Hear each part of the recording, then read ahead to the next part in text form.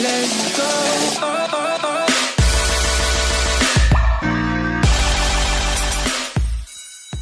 What is up, you guys? So today is going to be a tutorial showing you guys how to do the Spider-Man web transition effect that Andreas Hem uses in his vlogs. So let's get started in After Effects. Okay, so I'm going to try to put a link to this project file where you can easily just add the transition effect onto your video, but I'm just going to show you guys how I did it.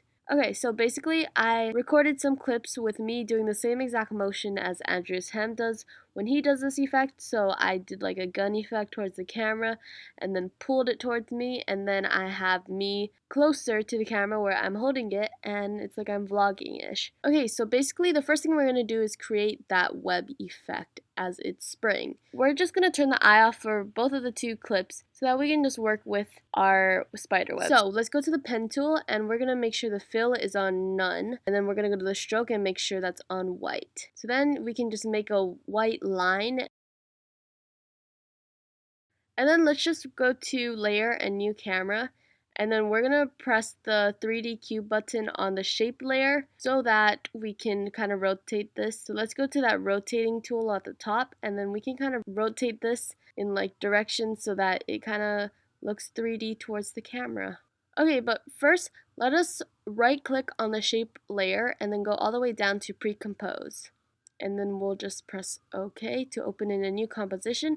And now basically we can add a bunch of things in this composition, and then it will copy over to this other composition. So it'll be more organized. So let's just create a bunch of different shape layers and use the pen tool to create many different lines so that it has like the beginning of the spraying part of the web.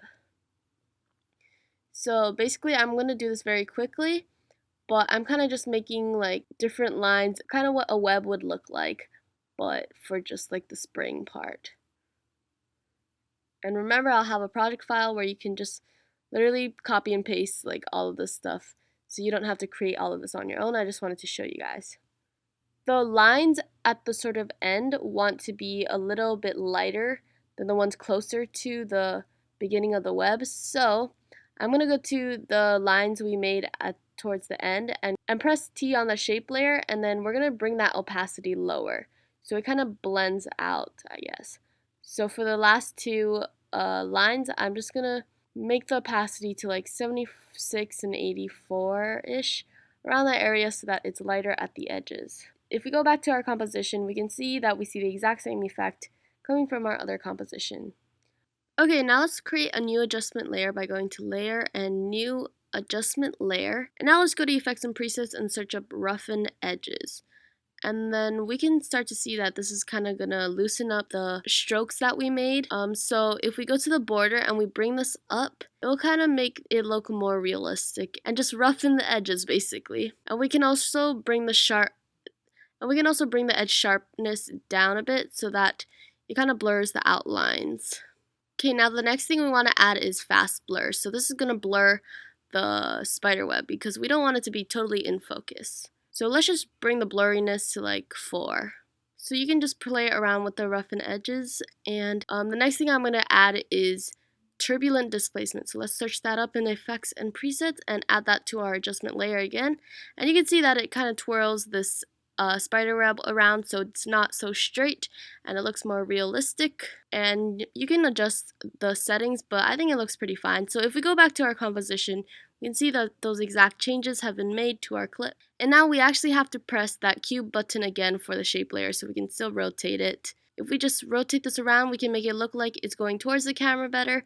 Now let's turn the eye back on our bottom two clips, and you can see that it's working pretty well, but maybe we should bring the opacity down. So let's go to our shape layer and press T and just bring the opacity down to 71 so that it is a lot more faded. Now I got the spider web picture from the internet, and I'll try to link the link in the description.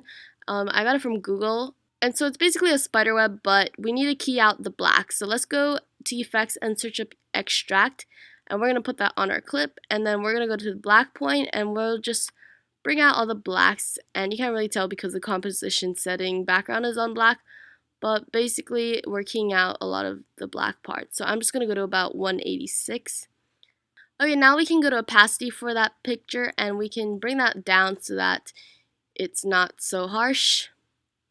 So I'm going to go down to like 55, and then we're going to go to effects and presets, and let's search up fast blur so that we can blur the picture a bit. So I'm going to just change the blurriness to 4. And this is because in Andreas Hem's video, the spiderweb is blurry because we're still seeing that his face is in focus, and there was a spiderweb on the camera and his face is in focus, then the spiderweb would be out of focus. We can also just go to our shape layer composition with our beginning spiderweb, and we can bring that opacity a little bit lower. And then you can also just scale that up a bit and use the rotating tool so that you can kind of rotate it so it goes towards the camera. Okay, now what I'm going to do is I'm going to use the pen tool so that we can make it sort of appear. So I'm going to go to the pen tool and create a little circle for the beginning part, and then I'm going to go to the mask expansion and bring that all the way down so you no longer see it. Press the keyframe button and then go like 4 frames forward and then bring it all out so that we can see all of the effect. So now if we watch it back, it sort of appears very quickly. And I'm just going to turn the eye off for our spiderweb picture so we can see our beginning spiderweb better. And then you can drag it further back towards where the effect is going to happen so you can kind of see what it will look like. And you can always just play around with the rotation and scale. Okay, now what you can do is you can duplicate our shape layer by pressing Command D, and then it'll make another copy, and we can just offset this so we can scale it up a little bit more, and it'll just make the effect look cooler because like spiderwebs have a lot of different layers on it, I feel like. And you can also press T for opacity and bring that down to 25%. Okay, now let's bring that spiderweb layer and turn the eye back on and just drag it towards where the effect is going to happen. So it sort of appears, and then our spiderweb happens a little bit after the mask starts to expand. Okay, now for the actual transition part. Let's go to our actual video clips and our first video clip, and we'll press S for scale, and then a little bit after we start to point at the camera and pull, we're going to press the keyframe button and then go to the very end of the clip and just scale that all the way in. So I'm going to about 252, so it'll scale in a lot. And then I accidentally actually already have the motion tile effect, but I'll show you guys how to do it again. So you're going to go to effects and presets and search up motion tile. You want to put the output width and output height to 300, and then you want to press the mirror edges and check that box out. So if we scale it out a bit, you can see that the effect sort of mirrors on all around the clip. So what we want to do is we're going to keep the scale at 75% at the beginning of the clip, and then press the keyframe button, and then go like 3 frames forward and then change the scale to 100. So now it's basically the basic zoom transition.